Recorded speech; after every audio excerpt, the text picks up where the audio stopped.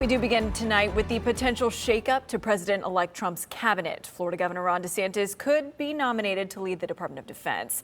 Good evening. Welcome to ABC Action News at 5. I'm Lauren St. Germain. I'm Paul Lagrone. Thank you for joining us. This is not official, but speculation has been growing over the past 24 hours as pressure mounts against current nominee Pete Hegseth. Capitol reporter Forrest Saunders joining us live tonight from Tallahassee with the very latest. Forrest. Paul, I don't know if the ground has stopped shaking up here in Tallahassee after last night's news. It was all broken by the Wall Street Journal. Potentially a mulling of Governor Ron DeSantis as the next Secretary of Defense. That is, of course, if Trump's previous nominee drops out. We'll have to wait and see about that. But for now, a lot of people are wondering, what does this all mean for the Sunshine State? Florida politics reeling Wednesday. Sources say on background, Governor Ron DeSantis is indeed getting mulled for U.S. Defense Secretary. Thanks. Appreciate it. It's all contingent on whether the current nominee, Fox News host Pete Hegseth, drops out. He's under fire for sexual assault allegations and alleged alcohol abuse, but remains defiant. Will you be dropping out? No. No? Does Trump still have confidence in you?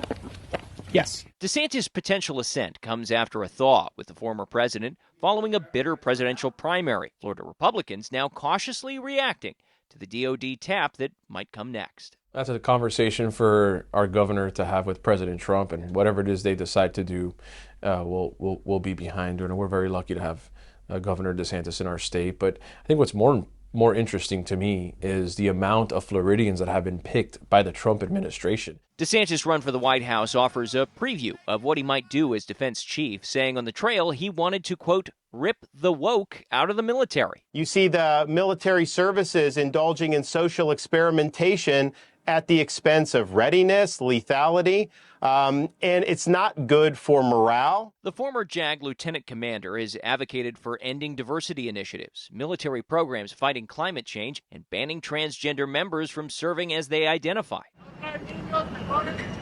DeSantis also backed using lethal force to secure the border from drug runners and criticized aid to Ukraine. The goal should be a sustainable, enduring peace in Europe, but that one that does not reward aggression. Meanwhile, Florida Democrats are already seeing red flags for a DeSantis Defense Department, saying a Trump tap would come for the wrong reasons. These appointments continue to be folks who are just underqualified and really just being selected on potential loyalty, not so much on their qualifications. The governor's departure would also further shake up Florida politics at home. Lieutenant Governor Jeanette Nunez would take the helm and potentially get a leg up in a 2026 bid to keep it.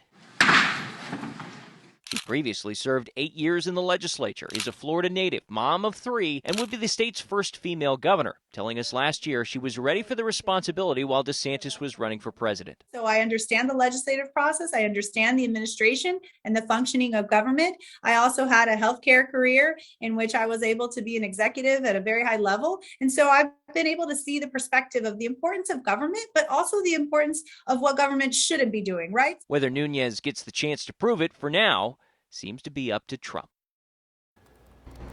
Okay, so let's talk 2026 for just a second. There are a ton of Republican names that might be in the mix. None of them have officially announced, but we've heard Jimmy Patronis, Matt Gaetz, Byron Donalds, Wilton Simpson, Ashley Moody, and the names keep coming.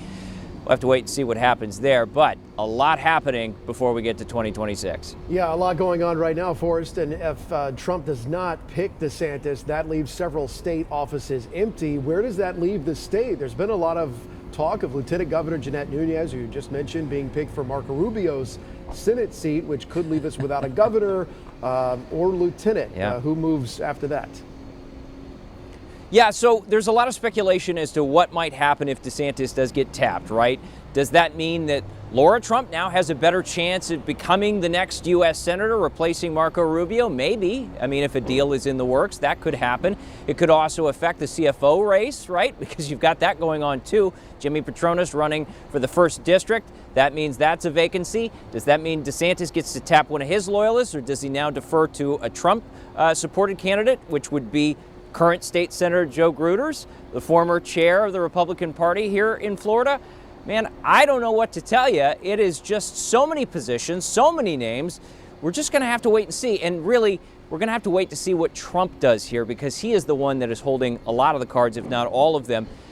DeSantis does get a pick. DeSantis does get a pick. But if he wants that DOD position, he might have to hinge it on what Trump does. Well, meanwhile, here's another name, Sheriff Chad Chronister. The other headline today, of course, the back and forth between the Hillsborough County Sheriff and President-elect Donald Trump. Chronister announcing on social media that he was withdrawing from consideration to head up the DEA. But then today, Trump tweeted on Truth Social that he pulled the nomination because he didn't like comments that Chronister apparently made.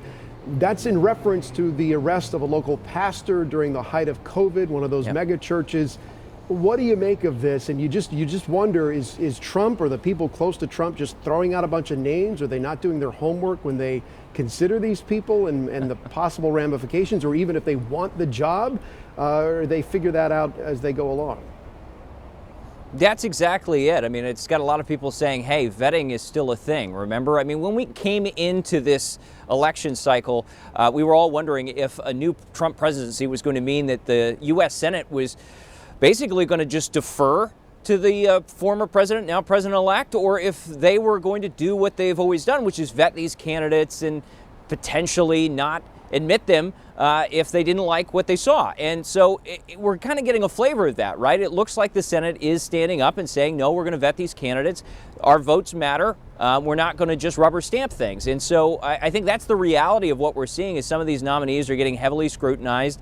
And as a result, some of these candidacies are falling apart. These nominations aren't moving forward. Matt Gaetz is another one, too. So we're going to have to keep watching. But for now, it does look like, counting votes and vetting your nominees, very important as we move into this new Trump administration. Right. Who said December was going to be boring? Forrest Saunders live in Tallahassee. Forrest, thank you.